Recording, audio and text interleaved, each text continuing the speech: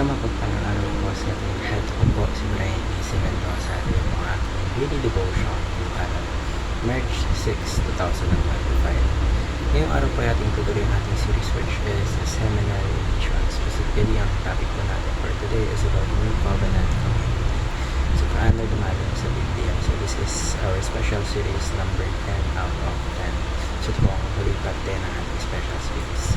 So, una po, tayo po ay sisimula sa ating talata para sa araw na ito. Ito po ang gagamit sa John chapter 13 verses 34 and 35. Sabi po dito, basahin ko po. A new command I give you, love one another as I have loved you. So you must love one another.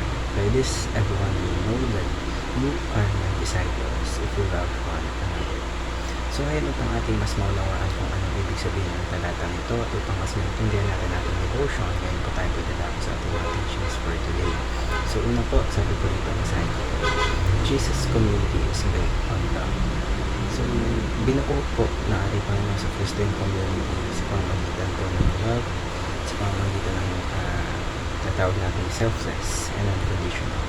Kumbaga, it is a love that unites us and guides us how we treat one another. Ikalawa po, Jesus' love conquers the world. So yung pagmamahal po ng ating Panginoon sa Kristo is talagang napaka-makapangyarihan. It is powerful enough to overcome sin, hatred, and all the ways of brokenness. So when we embrace His love, talagang nababago tayo at yung mga nakapaligid sa atin. Ikatlo po, Jesus' marching army is bound for victory. So tayo po bilang mga followers ni Jesus Christ, we're part of His victorious army. Despite struggles, yung resurrection niya, it guarantees ultimate victory over evil. So paano po natin ma-apply mga katuruan na ito? Ngayon po tayo pinagama sa ating applications for today. So una po, choose the hardest path, which is love. Love is often hard, but ito yung path wherein Jesus calls us to follow, wherein it requires sacrifice, it requires selflessness. Ikalawa po, choose to love to meet God's approval. So loving others is how we reflect God's heart. Hindi po ito about earning approval, but it is about moving out of His command. Ikatlo po, choose the path of Christ, loving the unlovable.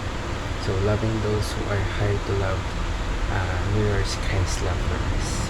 Ito po ay isang challenge, but through this, it leads to transformation. So ito po yung tatlo nating mga applications para sa atin. Ito, una po, choose the hardest path, which is love. Ikalawa, choose to love to please God's approval, and last but not least po, choose the path of Christ, loving the unlovable. So naway magawa po natin yung mga ito at ma-apply sa ating mga buhay. Marami po tayong natutunan.